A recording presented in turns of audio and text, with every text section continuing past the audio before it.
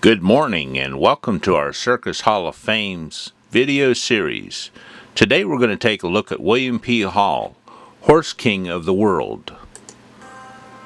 Born in 1864, he found himself an orphan at a young age and learned the horse trade very quickly. By 1892, he had established himself as one dapper man who knew his horses and had spread his business around the world, with his brother going to South Africa. No deal was too large or too small for the great William P. Hall. It was nothing to ship out 20 cars to a dealer or 20 carloads of mules to South Africa. Wanting to get into the circus business, in 1904 he bought the Walter L. Main shows, which became his William P. Hall shows. The circus business wasn't for him, however, and after the 1905 season he put his entire circus up for sale. But he wasn't done. He learned that people loved the circus and wanted more of it, and he became a circus broker. He was known as the world's greatest dealer in show property. Anybody could come to him for anything they wanted. Also known as the Horse King of the World, he traded and sold horses and mules literally around the world. His barns were nothing to get excited about, but they were full of circus from one end to the other.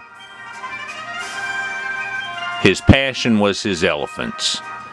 And elephants he bought, sold, and traded for many, many years, having as many as 32 elephants on his property in 1927.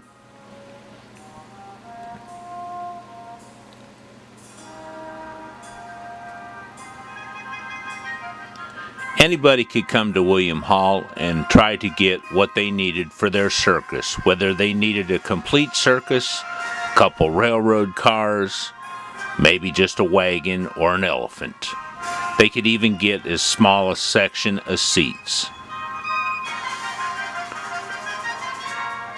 Shows came to die at his property basically because they owed him money and his collection was the show itself.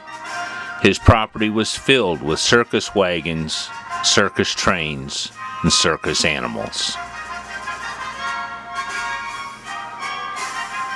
Once he passed away in June 30th of 1932, his family continued to sell what was left, with much of it going to the newly formed Cole Brothers Circus in 1935. William P. Hall was elected into the Circus Hall of Fame in 1977. And the William P. Hall House in Lancaster, Missouri, now serves as the Schuyler County Historical Society.